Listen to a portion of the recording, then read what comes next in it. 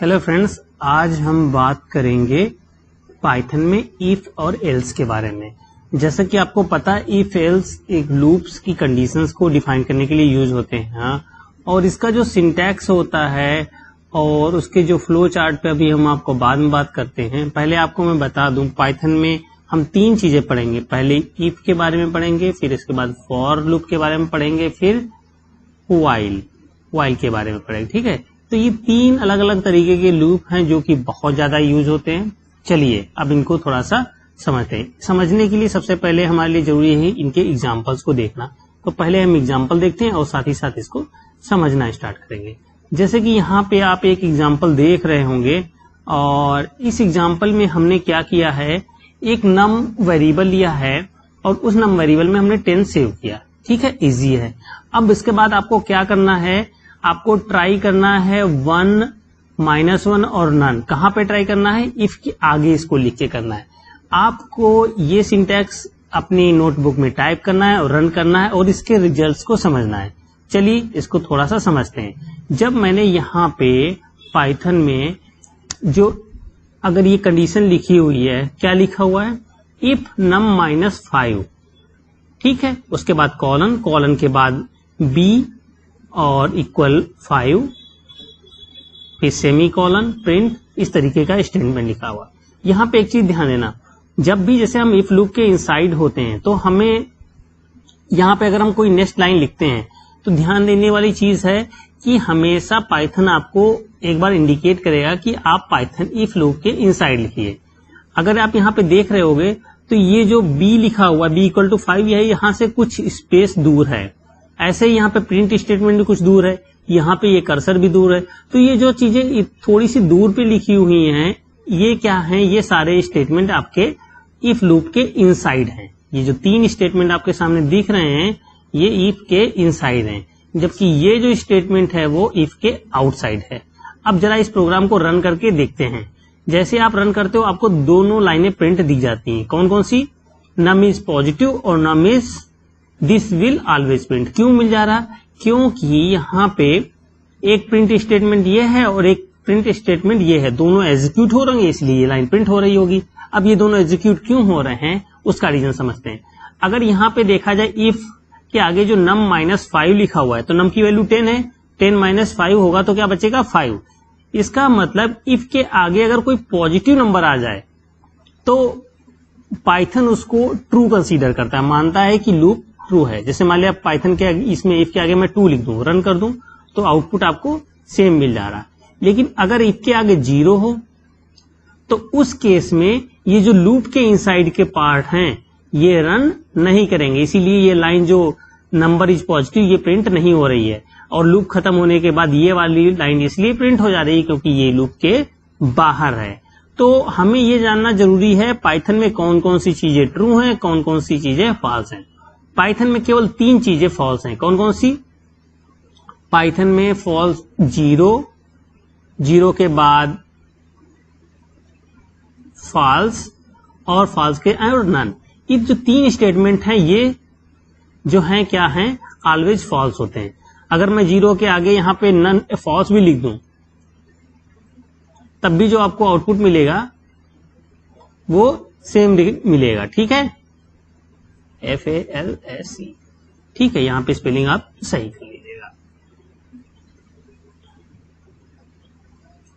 ठीक, अब अगर यहाँ पे मैं रन करूं तब भी आपका आउटपुट सेम आ रहा है। दूसरी चीज, अगर पाइथन में आप ट्राई करते हो कोई भी पॉजिटिव नंबर, नेगेटिव नंबर, तो वो क्या कंसीडर किए जाते हैं, ऑलवेज ट्रू। जैसे इफ के आगे मैं यहाँ पे फॉल्स को जगह चेंज करके मैं कर दूं ट्रू,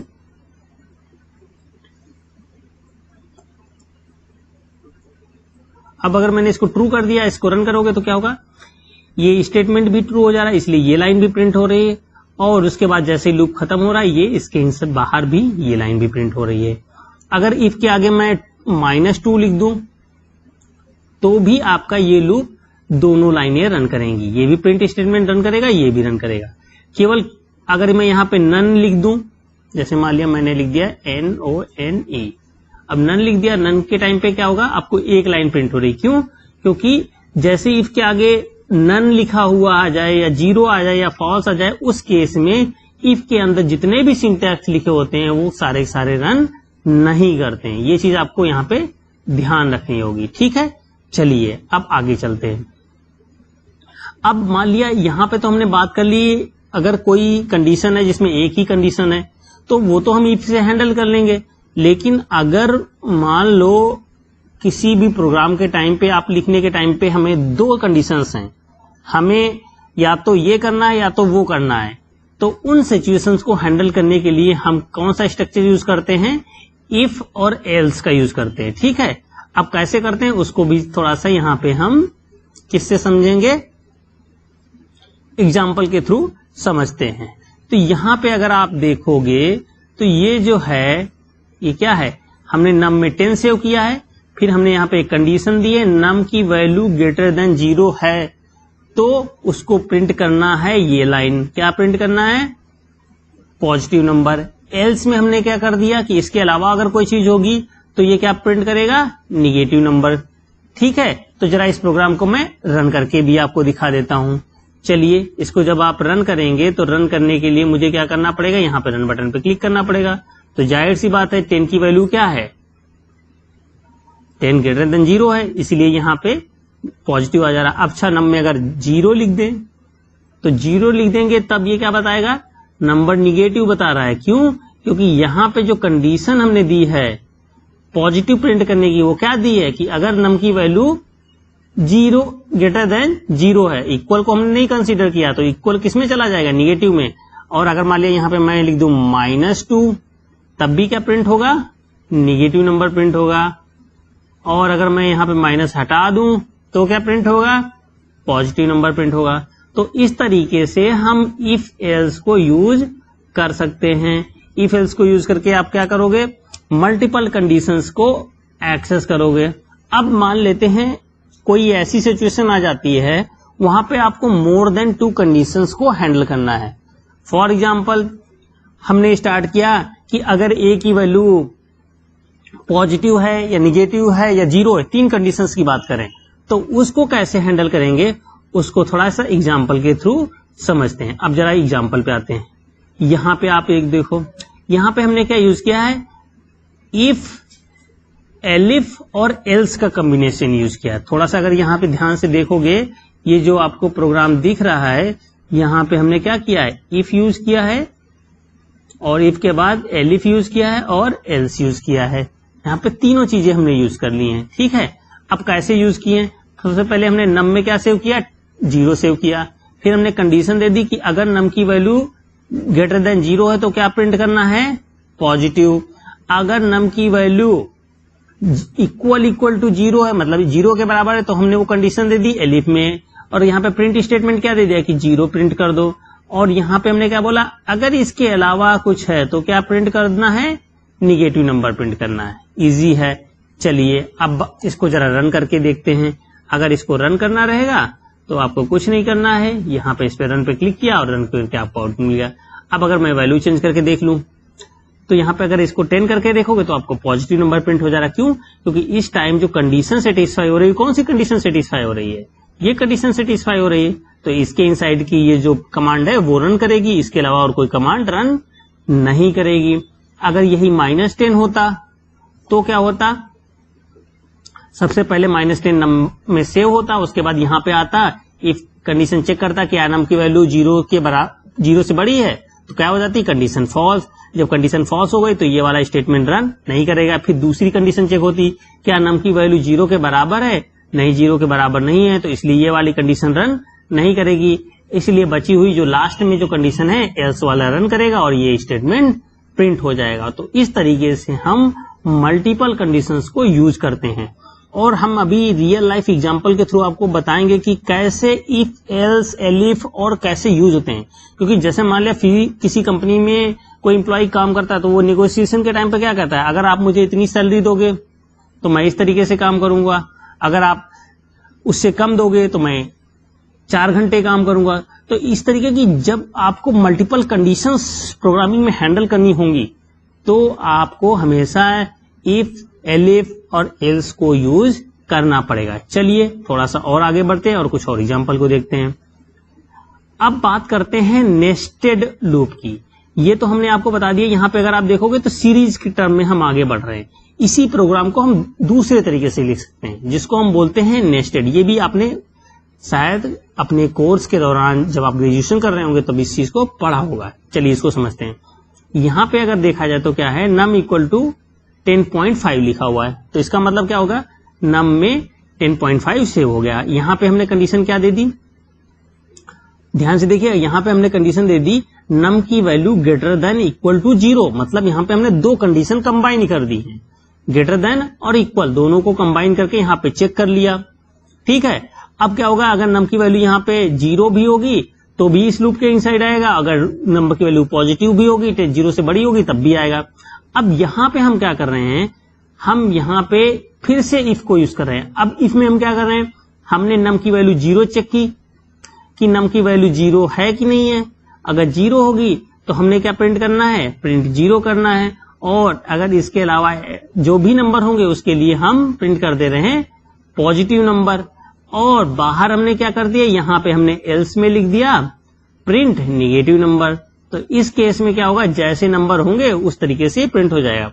अब बात करते हैं दोनों के बीच में डिफरेंस की। जैसे मान लिया एक प्रोग्राम आपका ये है और एक प्रोग्राम ये है, दोनों से हम टास्क एक ही कर रहे हैं।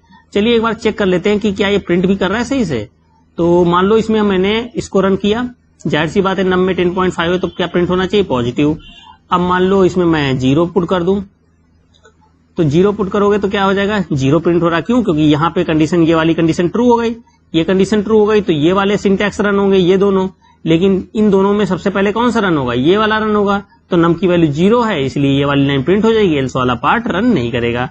अब अगर मैं यहाँ पे -5 कर दूं तो उस केस में क्या होगा, यहाँ पे निगेटिव नंबर प्रिंट हो जा रहा है। क्यों, पहले नम में -5 हो गया तो यहाँ पे कंडीशन चेक होगी, ये कंडीशन फॉल्स हो गई। तो जैसे ये कंडीशन फॉल्स हो गई, ये दोनों कमांड प्रोग्राम चेक करने नहीं जाएगा। जो आपके ये इनर लूप हैं इनको रन करने नहीं जाएगा, वो सीधा क्या हो जाएगा, इस वाले के बाहर आएगा और एल्स वाली लाइन रन हो जाएगी।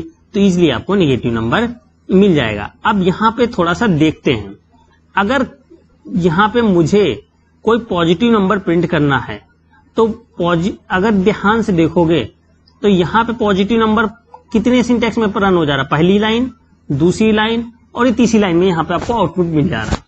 ठीक है, लेकिन यहाँ पे पॉजिटिव नंबर कब मिल रहा है, पहले ये ये कमांड रन हो रही, फिर उसके बाद ये, फिर ये, फिर ये, फिर ये। तो जो भी दोनों प्रोग्राम है उनमें क्या होता है, इसकी जो टाइम कॉम्प्लेक्सिटी है कि कमांड्स को रन करने में प्रोग्राम को कितना टाइम कंज्यूम हो रहा है, वो दोनों में डिफरेंट आ जाता है। इस पे हम आपको डिटेल में बताएंगे जब हम टाइम कॉम्प्लेक्सिटी के बारे में चर्चा करेंगे कि किसी भी प्रोग्राम की टाइम कॉम्प्लेक्सिटी कैसे निकाली जाती है, क्योंकि ये सबसे इंपॉर्टेंट रोल हो जाता है।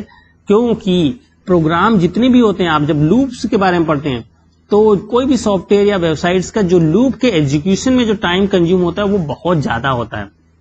जब आप हजारों चीजों के बीच में कोई चीज सर्च कर रहे होते हैं तो लूपिंग के थ्रू सर्च करेंगे, और जब लूप आप रन करते हैं जिसको 1000 टाइम या 1 लाख टाइम्स वो रन करता है तो उसमें कंज्यूम होने वाला टाइम जो है वो कुछ सेकेंड्स आता है। और इंटरनेट पे स्पीड्स में अगर कुछ सेकेंड्स भी बड़े मैटर कर जाते हैं। ठीक है, तो इस पे हम बाद में बात करेंगे जब हम टाइम कॉम्प्लेक्सिटी के बारे में बात करेंगे। लेकिन अभी मैं आपको इतना बता दूं कि यहाँ पे जो नेस्टेड पार्ट जो हमने बाद में प्रोग्रामिंग का पढ़ा है, ये काफी अच्छा होता है as compare to series structure के। लेकिन ये हमेशा ट्रू नहीं है, डिपेंड करता है प्रोग्राम पे कि प्रोग्राम की नीड क्या है। लेकिन मोस्ट ऑफ द टाइम जो नेस्टेड स्ट्रक्चर है वो काफी अच्छा परफॉर्म करता है। चलिए एक प्रोग्राम कर लेते हैं थोड़ा सा अच्छा, कि मान लो हमें 3 नंबर गिवन है और उनमें से लार्जेस्ट नंबर फाइंड करना है। तो कैसे करेंगे, तो इसको करने के लिए मैं आपको समझा देता हूं। सबसे पहले सिंपली हमने क्या किया, एक नंबर ले लिया num1 जिसमें हमने 10 सेव कर दिया, इजी है। फिर दूसरा नंबर लिया उसमें हमने 50 सेव कर दिया, तीसरा नंबर लिया उसमें हमने 15 सेव कर लिया।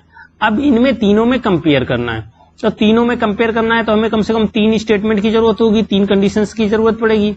चलिए, तो हमारे पास या तो हम नेस्टेड में जाएंगे, नेस्टेड में जाएंगे तो हमें एक तरीके से इसी तरीके का स्ट्रक्चर, एक बार इफ, उसके अंदर इफ, इस तरीके से यूज करना पड़ेगा, 2 एल्स यूज करने पड़ेंगे, या फिर हम कर सकते हैं इफ, एलिफ और एल्स यूज कर लें। तो हम पहले इसको समझते हैं कैसे करेंगे। अब देखना यहाँ पे समझने की कोशिश करना कि हमने सबसे पहले वेरिएबल बनाया, वेरिएबल में ये चीजें हमने सेव कर दी। उसके बाद यहाँ पे हमने जब इफ कंडीशन ली है तो इफ कंडीशन में हमने 2 चीजें चेक कर रहे हैं। हम क्या करें, num1 की वैल्यू, ये num1 greater than equal to num2 ये चेक कर रहे हैं, और साथ ही साथ num1 को किससे चेक कर रहे हैं, num3 से। मतलब num1 ग्रेटर देन 2 से बड़ा है कि नहीं बड़ा है, num1 3 से बड़ा है कि नहीं से बड़ा है। और एंड क्या करता है, मैंने एंड के बारे में आपको बताया था।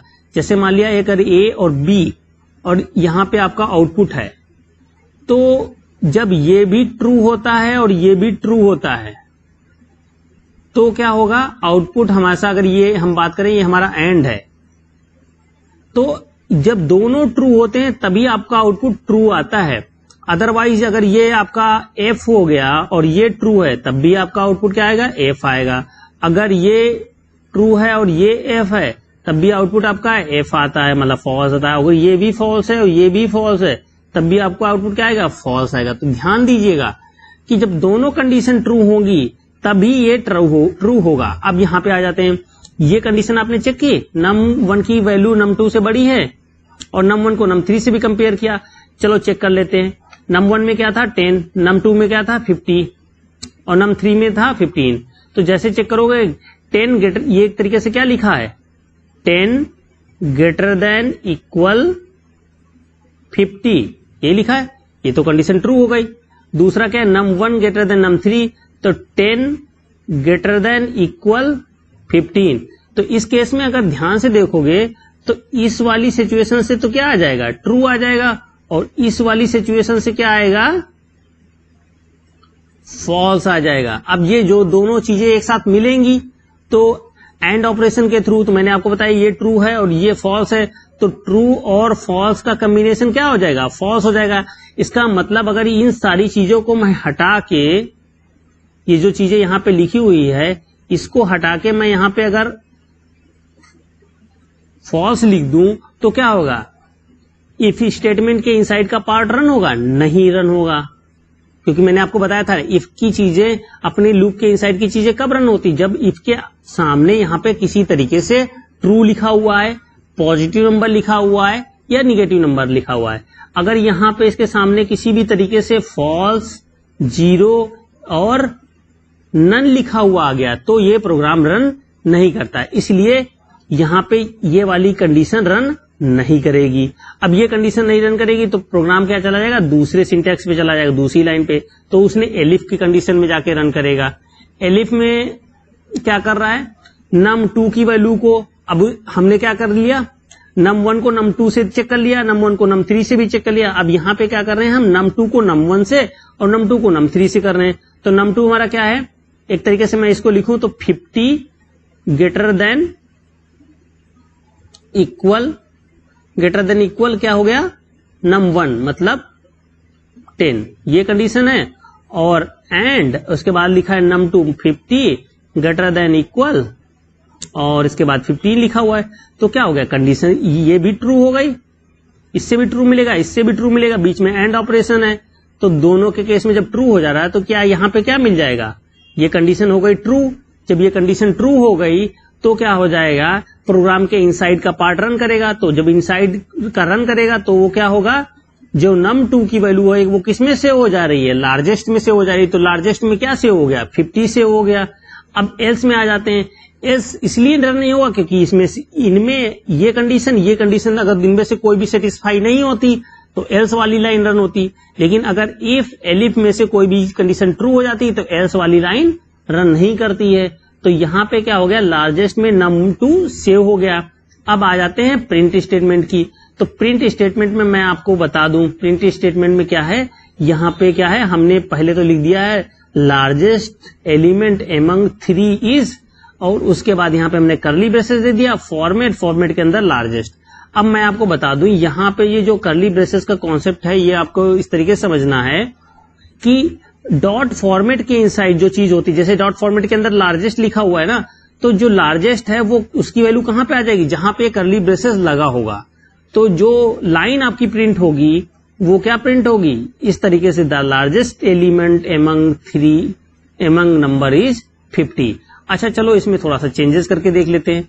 अगर मैं यहां पे आपको बता दूं थोड़ा सा कि मान लो ये जो कर्ली ब्रेसेस है इसको मैं यहां से हटा दूं और यहां पे लगा दूं, तो क्या होगा, इसको रन करके देखते हैं। तो देखना जो 50 की वैल्यू है यहां पे आ जा रही है। अब जैसे मान लो यहां पे मैं स्पेस दे दूं, अब रन करूं तो यहां पे आ जा रही है। तो इसका मतलब क्या है, ये जो लार्जेस्ट की फॉर्मेट क्या कर रहा है, फॉर्मेट केवल लार्जेस्ट की पोजीशन कंट्रोल कर रहा है। जो लार्जेस्ट में इंफॉर्मेशन है, क्या इंफॉर्मेशन है, 50, वो कहां पे डिस्प्ले करना है, आपको यहां पे डिस्प्ले करना है तो यहां पे कर्ली ब्रेसेस कर दो, यहां पे करना है, या अगर मान लिया स्टार्टिंग में करना है तो हम क्या कर सकते हैं, जैसे यहां से मैंने हटा दिया और हमने यहां पे स्टार्टिंग में हमने इंप्लीमेंट कर दिया एक कर्ली ब्रेसेस, और यहां पे हम एक कर्ली ब्रेसेस पुट कर दे रहे हैं, कंट्रोल जेड, और यहां पे कर्ली ब्रेसेस टाइप करने में इश्यू आ रहा है। अब देखते हैं, एक मिनट।